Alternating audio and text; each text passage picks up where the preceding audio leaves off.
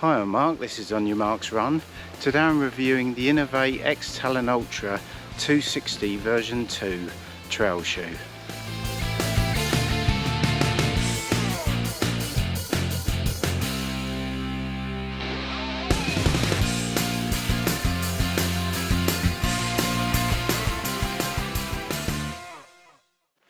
Hi, welcome back to the channel. Before I get too far into this review, I thought I'd do a quick disclaimer just to say that I bought these shoes with my own money and my views and opinions of the shoe haven't been influenced by anyone else, and I hope you find this review useful. So just out for an evening trail run. It's been a lovely sunny day. Yeah, I thought it was a good opportunity to share my thoughts of the trail shoe that I'm wearing today, which is the Inov8 X-Talon Ultra 260 version 2. So my usual go-to running shoe for the trails is the Hoka Speed Goat. Yeah, it's a good all-rounder, good for all surfaces. Yeah, definitely a favourite of mine, and I've just bought the version 6, so look out for a future review video for that one. As I say, the Hoka Speed Goat is an excellent all-rounder, but I decided that I needed an extra trail shoe, a mud specific trail shoe for those really muddy winter trail races and cross countries. So I decided to buy the Inov8 X-Talon 260s. Yeah, I bought those at the beginning of last winter, and I've done probably over 100 miles in those now, ranging from park runs, sort of 5-mile cross countries, all the way up to a 50k ultra. Yeah, so I spent a good amount of time in the shoe, running at different speeds, different distances. So just running through some of the details of the shoe. The stack height is 16mm in the heel and 8mm in the forefoot, giving an 8mm overall drop. The weight of the shoe for my UK size 10 is 290 grams. And the shoe retails at £130 in the UK, although you can get this cheaper if you hunt about. I think I paid about £90 for my pair, so yeah, plenty of good deals if you're willing to shop about. There's 2 colourways available for the men's and the women's sizes. I opted for the red, but there is a yellow colourway available for the men as well. I believe in the women's sizes there's a striking pink colourway, but I'm not sure what the other colour is. So just going through some of the features of the shoe that I like. There's a padded heel cup and collar, which is quite plush and comfortable. Yeah, so that's quite nice for those longer runs. I think that's what Inov8 were aiming for. The heel does have a bit of height to it, but it doesn't flare away from the Achilles. That's something that I do like, especially on the Hokas that I've got. Just takes that bit of pressure off of the Achilles heel to stop any irritation. So I was a little bit concerned about that. But yeah, no, the shoe's been fine in that regard. I guess because of the extra cushioning, that's not been a problem, so that's good. Yeah, slightly higher heel with a bit of flare to it would have been a nice to have. It's easier to get the shoe on, either that or a little loop or something just to help pull that shoe on, but yeah, it's not an issue. The first couple of runs in the shoe, I did feel that one of the shoes was a bit loose in the heel area. There was a little bit of slippage there, but that seemed to disappear after a couple of runs. I guess the shoe bedded in, you know, I guess my lacing got a bit better. So yeah, I got a decent lockdown after a few runs. There's a thin gusseted tongue that helps keep the weight down, keeps the debris out, doesn't hold water, which is good, and it also doesn't slip from side to side, which of course can be a right pain when you're on a run. Obviously a thin tongue can cause a issue with your laces. Sometimes they can bite on the top of your feet, causing a bit of irritation to your tendons on the top of the foot. But yeah, I had no issue with that on this shoe. It was pretty comfortable. Yes, that's good. The eyelet chain is a traditional design. There are extra holes for the runner's knot if that's something that you like to use. There's also overlays on the upper that overlap the eyelets, giving extra durability, so that's good. And I found after a couple of runs, once I got the laces how I wanted them, I seemed to get a pretty good lockdown. And the laces that come with the shoe are those slightly padded compressible laces with an oval cross section. They've worked well with the thinner tongue. Even when you cinch those laces up quite a bit to get that good lockdown, it's still been comfortable. And I've had no issues with the laces untying. I usually do my trick of tying the bows of the tied laces under the threaded loops that have gone through the eyelets. Yeah, so no issues there. The on-shoe Gaiter hooks offer a more secure way to fit gaiters if that's something that you use, so that's pretty useful. There's a rubber toe bumper and overlay which offers good protection against tree roots and rocks. That's always welcome on a trail shoe. The upper is constructed from ballistic nylon to provide durable protection against rocks and vegetation. The lightweight material doesn't absorb water, so it stays light even when wet. There are several structural overlays to help with durability and to provide a good lockdown. I did find that upper material to be quite rigid out of the box. I did get a few hot spots on my first long run. Yeah, this was on the lateral and medial side of the shoe at the forefoot, where you get that crease across the forefoot of the shoe. Yeah, that particular run was a race. It was a half marathon on a downland vineyard. Yeah, all the vines were on the steep side of a hill, so there were a lot of aggressive ascents and descents, which obviously was a good test for the shoe. But yeah, after this run I found that the shoe had bedded in quite nicely. And after bedding the shoes in, after those first few runs, I found the shoe to be pretty breathable and comfortable, even on those longer distances.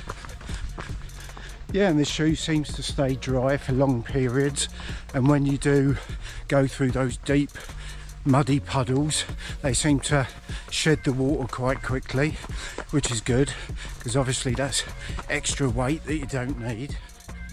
So moving on to the midsole now, this X-Talon model is very similar to the lighter strip back fell racing models that share its name. They have added a few design features to help with longer distances, hence the name Ultra in the model name. The Max foam midsole is slightly thicker on this shoe compared to other X-Talon models. This is to give a responsive but slightly cushioned ride over those longer distances. It's a nice flexible shoe, you can feel it bend and twist, you can feel the ground underfoot, but it does give you that little bit of extra protection. And I'm finding it quite easy to pick up the pace in the shoe. I'm getting a nice stable smooth ride, and I'm getting some feedback underfoot on those faster and slower paced runs. Yeah, and I think there's been enough cushioning on the shoe depending on the distance and surface. Yeah, I'd be willing to take this shoe to marathon and ultra distance, providing the surface was soft mud, not too much hard trail. I have run the UK Ultra South Downs 50k in this shoe, and it did have probably over 5k of transitional hard trail. Yeah, and by the end of that race I couldn't wait to get out the shoe. The bottoms of my feet were screaming and my ankles were quite sore. Yeah, and I think it took me longer to recover after that race. I think if I'd worn something like the Speed Goat, something with a higher stack and a bit more cushioning, I think I would have recovered a lot quicker after the race. But I did buy this shoe as a partner shoe for the Speed Goat. Usually I would have worn the Speed Goat for that race, but I was waiting for the version 6 to come out, so I thought I'd use it, and yeah, it was okay. I think, like I said, there was over 6k of transitional hard trail. I think if it was, you know, soft mud for most of that distance, I think it probably would have been okay. Yeah, it was a good test. It showed that I could run an ultra in this shoe, providing the ground was soft enough. I did find that if there were too many hard transitional surfaces, it did become uncomfortable for me underfoot. So moving on to the outsole now, which has the Inov8 sticky rubber to help cling to rock and harder trails. Yeah, and this worked well for me on those transitional surfaces like tarmac, concrete and compacted gravel. I did find on those large shiny wet surfaces like compacted chalk, flagstones and polished concrete that they weren't so good, but I think most shoes would struggle with those surfaces, and I didn't buy the shoes for that anyway. These were more for mud. There's an 8mm stud to help claw through mud, which I found gave excellent grip and traction. The open spacing of those lugs I find gives good mud clearance, and when they don't, those longer studs protrude through and still give a good grip. And I've used these shoes on really slippery, soggy cross-country races, and the grip has really impressed me. They give me the confidence to race and attack the course, even when the route has been pretty technical.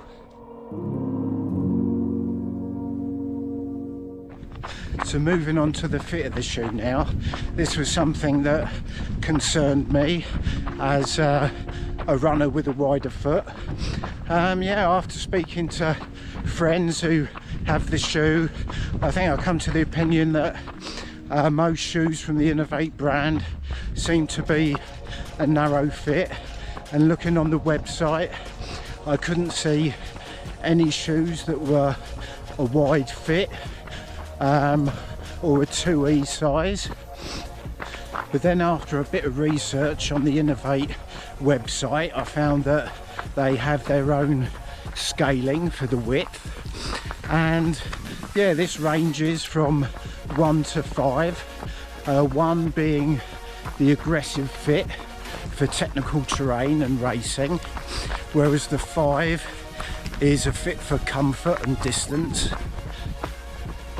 This X-Talon Ultra 260 version 2 model is a number 4 on their width scale, so yeah, it's not far off the equivalent of a 2E in other manufacturers.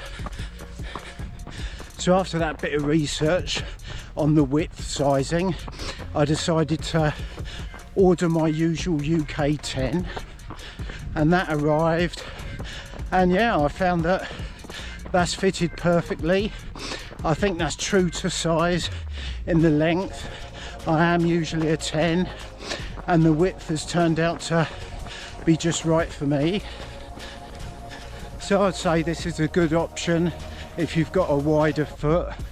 Yeah, this model may be too loose if you do have a narrower foot, although it could work as a winter shoe for someone with a narrower foot if they wanted to wear extra thick socks. And there are plenty of other models on the Inov8 website that are on a different width scale, so you may be able to find something with a narrower fit, maybe a more aggressive fit.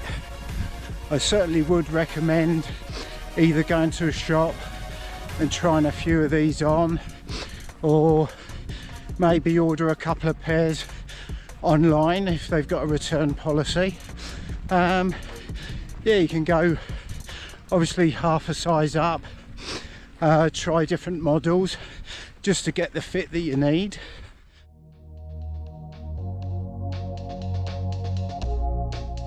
Yeah, so moving on to the durability of the shoe, it's looking pretty good. I mean, we've got that Ballistic nylon upper, which looks pretty much bomb-proof. There's plenty of structural overlays. You've got that outsole with all the grip there, 8mm lugs, which should last quite well. Obviously, as they age, the grip will deplete a bit, but oh yeah, I mean, this looks like a shoe, especially as it's a partner shoe for me. I think it's going to last a good few winters, and I should imagine I should quite easily get between maybe 700 and 1,000 miles. So a bit of a recap and verdict on the shoe. It's extremely grippy on soft mud. It's pretty good on compacted gravel trails. Yeah, it's really robust and durable, and it's pretty comfortable after that breaking in period. It's quite a speedy, responsive shoe with a smooth but firm ride and good feel underfoot. And as the name suggests, you can take this shoe on longer runs, but I think it's probably better suited on the softer, muddy ground. I think when you go on too much harder transitional surfaces, it starts to become more uncomfortable on those longer runs. Yeah, so like I say, there is a small trade-off with the comfort over those longer distances. As you get up there and you start hitting some of those harder surfaces, it does become uncomfortable, but the trade-off is that lower stack. When you're running those shorter races, you're looking for a bit of speed, maybe you want to feel that ground underfoot. The shoe does come into its own, and to be fair, that's probably where I'm gonna use this shoe more anyway. I think I'm probably gonna use the Speed Goats on those longer runs, unless the ground is super saturated and boggy. And of course, the other big plus with this X-Talon model is that it does cater for those wider footed runners like me. It can be a bit of a struggle sometimes finding a shoe that fits well in the width. And of course, the extra width on this X-Talon model gives the shoe a wider base, which helps with stability, especially when you're getting tired on those longer runs. And the price point of the shoe is pretty competitive, £130 in the UK, but like I said, there are a lot of cheaper deals out there online. I did get mine for £90, which is a pretty good deal these days. So the verdict for the shoe for me, would I buy this shoe again? I definitely would. It's ticked all the boxes that I needed ticking. As I say, I bought this shoe as a partner shoe for my Hoka Speed Goats. I wanted something that in the winter, when the there was lots of rain and the ground got saturated and it was boggy and super muddy, and I needed that extra aggressive grip. Yeah, this shoe is perfect. I can also go on you know, sort of short transitional paths where I need to. It's fairly comfortable. Yeah, it's a great shoe. So that was my 100-mile review of the Inov8 X-Talon Ultra 260 version 2. Obviously that was just based on my experiences of running in the shoe. Yeah, and of course if you've already bought and run in these shoes, please feel free to share your experiences in the comments section below. But that's it, thank you for watching. I hope you enjoyed the video. If you did, maybe share, like and subscribe, and I'll see you in the next video. Take care.